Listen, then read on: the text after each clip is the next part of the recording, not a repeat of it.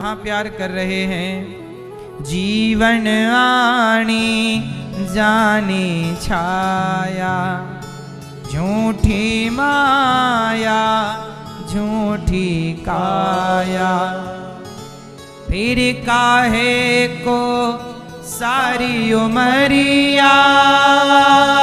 है कि नहीं, वो ये नहीं समझ पाए कि ये तो नारद जी को दिया गया जो वरदान मतलब शाप था। नारद जी के शाप को यदि भगवान ना मानते तो भक्त के शाप को भी तो रखना पड़ता है, सांप का भी तो सम्मान करना पड़ता है ना भगवान को। गांधारी ने शाप दिया कि जाओ तुम्हारे वंश आपस में लड़के मर जाए, तो गांधारी मां के शाप को भी तो रखा ना भगवान कृष्ण ने। ऐसे ही भगवान विष्णु ने नारद जी के शाप को रखा। और राम जी सीता मां को क्यों खोज रहे हैं? क्योंकि शाप है किसका? हाँ, नारद श्राप दीन एक बारा। नारद जी ने एक बार श्राप दे दिया, इसलिए सीता सीता राम खोज कर रहे। और माता सती समझ नहीं पाई, वो शंकर जी समझ रहे थे तो शंकर जी समझा रहे थे, पर माता सती की समझ में नहीं आया। अब माता सती परीक्षा में फेल हो गई। राम जी भगवान है।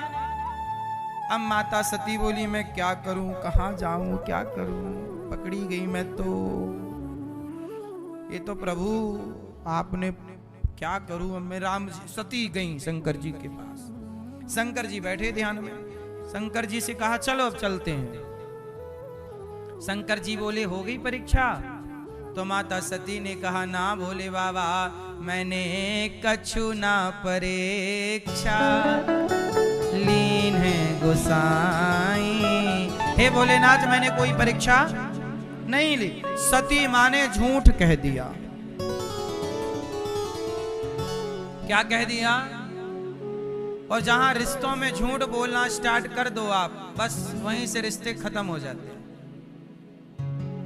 रिश्तों में लंबा झूठ नहीं चलता, झूठे रिश्ते नहीं चलते। शंकर जी से क्या कह दिया माने कि मैंने कोई परीक्षा।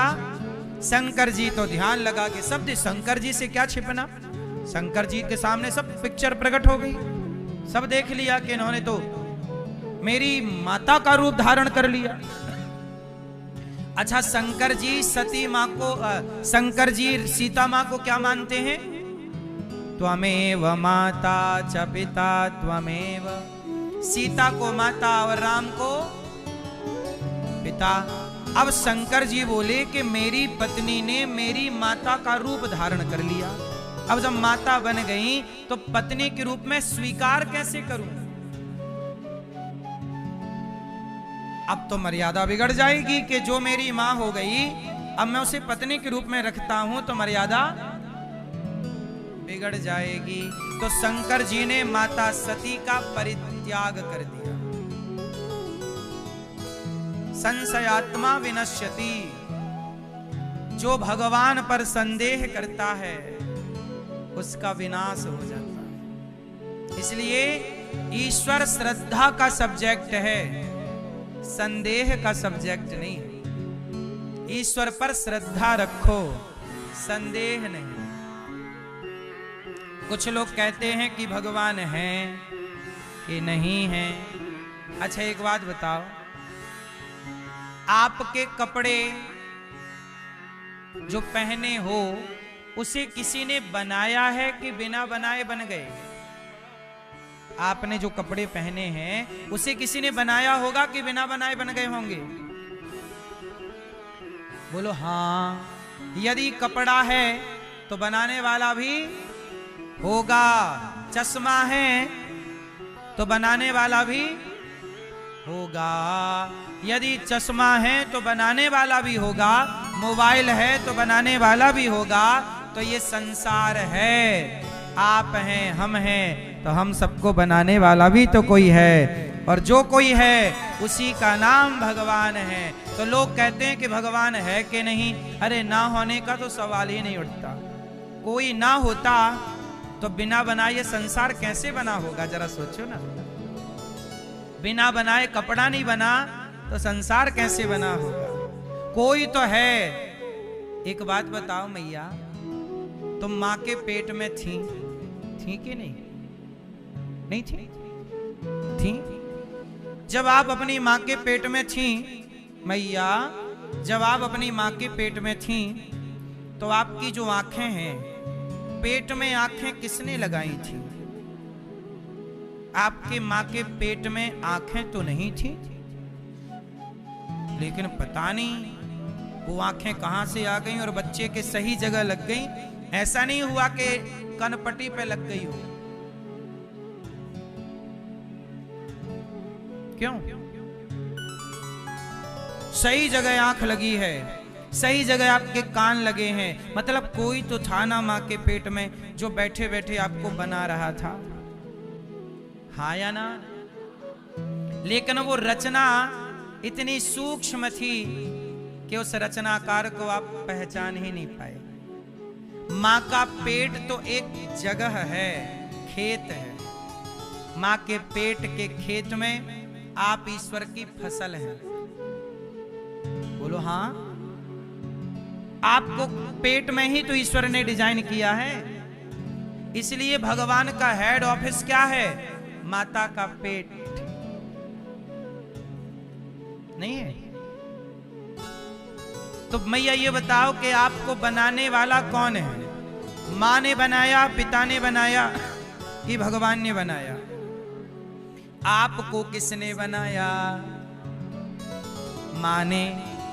तो मां तो हाथ लगाने नहीं गई, पांव भी नहीं लगाए, आंख भी नहीं लगाई। मां ही लगाती आंख तो किसी का बेटा अंधा क्यों होता? सबकी आंख लगा देती। मां और पिता के द्वारा केवल एक पानी की बूंद मां के गर्भ में स्थापित हुई। उस पानी की बूंद से इंसान का निर्माण हुआ। कोई तो है जो आपकी रचना करने में दिन रात लगा हुआ है। उसका नाम ईश्वर है, उसी का नाम परमात्मा है, जो इतने सही तरीके से कार्य करता है कि जान पाना उसे बड़ा कठिन है। तेरी लीला का ना पाया कोई पार, तेरी लीला तू ही जाने। सती माना समझ पाई तो हम कितनी बुद्धि वाले लोग हैं, हमारी खोपड़ी कितनी है। इसलिए श्रद्धा संदेह न। शंकर जी ने माता सती का त्याग कर दिया और संयोग से उसी समय दक्ष प्रजापति ने भगवान शिव को बुलाया और भरी सभा में जब दक्ष जी पधारे तो सब खड़े हो गए दक्ष के सम्मान में, पर शिव जी खड़े नहीं भये। तो दक्ष ने भरी सभा में शिव का अपमान किया। भरी सभा में शिव का अपमान दक्ष प्रजापति ने किया, गालियां दी। इसे क्यों बुला लिया? इसे तो उठने बैठने का ज्ञान नहीं। वो तो ब्रह्मा जी के कहने से मैंने अपनी बेटी का विवाह कर दिया, वरना ये मेरे बेटी के योग्य नहीं। ये बातें शिव जी के लिए दक्ष कह रहे हैं, अपमान। पर शंकर जी ने एक उत्तर नहीं दिया, चुप रहे। जब आपसे अपने बड़े लोग कुछ डांट रहे हैं, कुछ बोल रहे हैं, तो जवाब देना चाहिए। अच्छा ये बताओ, कुत्ता आपको देख के भाव भाव करता है तो आप भी बदला लेते हो कि नहीं? मैं भी करूंगा भाव भाव। नहीं, कुत्ते को भौंकने देते हैं आप, क्योंकि वो उसका स्वभाव है। आप तो कुत्ते को देख के नहीं भौंकते, क्योंकि आपका स्वभाव भौंकने का। तो कुछ लोगों का स्वभाव गाली देने का होता है, कुछ लोगों का स्वभाव अपमान करने का होता है। तो उनकी तरह आप ना बना करो, क्योंकि उनका स्वभाव उनके पास रहने दो। आप अपने स्वभाव का, अच्छे स्वभाव का परिचय दो, उसकी तरह बनने की कोशिश ना करो। कई बार आप लोग उलझ जाते हैं कि तूने मुझे गाली दी, मैं भी तुझे गाली दूंगा। क्यों दूंगा भाई? गाली देना उसका संस्कार है, आपका नहीं। उसने अपने संस्कारों का परिचय दिया है। आप क्यों उसकी तरह? गधों के सामने गधा नहीं होना चाहिए, कुत्ते के सामने कुत्ता नहीं होना चाहिए। कुत्ता आपको काट लेता है तो क्या आप भी कुत्ते को काटोगे कि मैं भी काटूंगा तुझे? फिर उस कुत्ते में और आप में अंतर क्या रहा?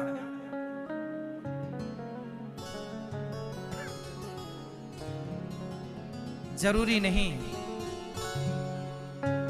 गाली देने शंकर जी भरी सभा में गाली सुन रहे, चुप बैठे।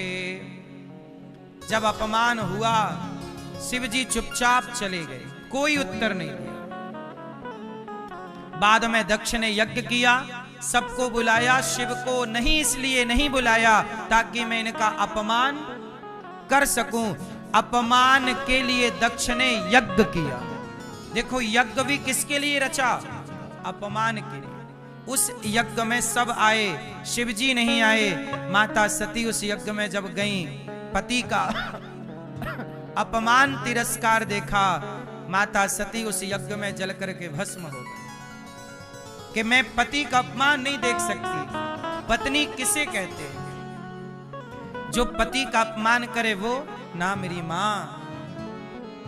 पत्नी वो जो पति को पतन होने से बचाए, पतित होने से बचाए, अपमान ना करे कभी। और पति भी अपनी नारी का अपमान तिरस्कार ना करे कभी। एक दूसरे का सम्मान कीजिए, आदर कीजिए। सती मां को लगा मेरे पिता ने मेरे पति का अपमान किया, योग अग्नि में जलकर समाप्त हो गई। बाद में भगवान शिव ने अपनी जटा पटकी, एक जटा फेंकी और शिवगण पैदा हुआ और उसने जाके दक्ष के यज्ञ को विध्वंस किया। और बाद में बकरे का सर जोड़ करके दक्ष के यज्ञ की पूर्ति हुई। माता सती का जलता हुआ शरीर शिव लेकर चले, शिव जी छोड़ नहीं रहे थे। तब भगवान विष्णु ने माता सती के जलते हुए शरीर के 52 टुकड़े कर दिए और जहां जहां वह एक एक टुकड़ा गिरता गया वह एक एक शक्ति पीठ बनती चली गई। तो आज भारत में 52 शक्ति पीठ हैं। 51 भारत में है। पाकिस्तान पहले भारत का हिस्सा था तो हिंगला शक्तिपीठ वहीं थी, तो बंटवारे में वह शक्तिपीठ वहां चली गई। 51 शक्तिपीठ भारत में। बंटवारे में केवल पाकिस्तान नहीं गया, हमारी शक्तिपीठ भी चली गई।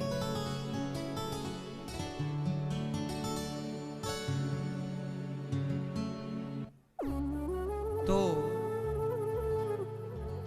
इस तरह से भगवान शिव ने माता सती को समझाया, नहीं मानी और अपमान कर दिया। देखो अपमान, आजकल बेटा अपमान कर दे रहा है माँ बाप का, लोग अपमान कर दे रहे हैं गरीबों का। मैं आपसे बस इतनी प्रार्थना करता हूं कि किसी का सम्मान नहीं कर सकते तो किसी का अपमान ना कीजिए। अपमान करना सही नहीं। सेवा कीजिए समाज की जितनी कर सकते हो। माघ का महीना चल रहा है, कल कौन सी तिथि है? कल एकादशी है ना? माघ का महीना और एकादशी का पर्व आने वाला है। आज क्या है? मकर। आज संक्रांति, कल भी है। पहले मकर संक्रांति 13 तारीख को होती थी, लंबे समय बाद वो एक एक दिन आगे बढ़ती जाती है।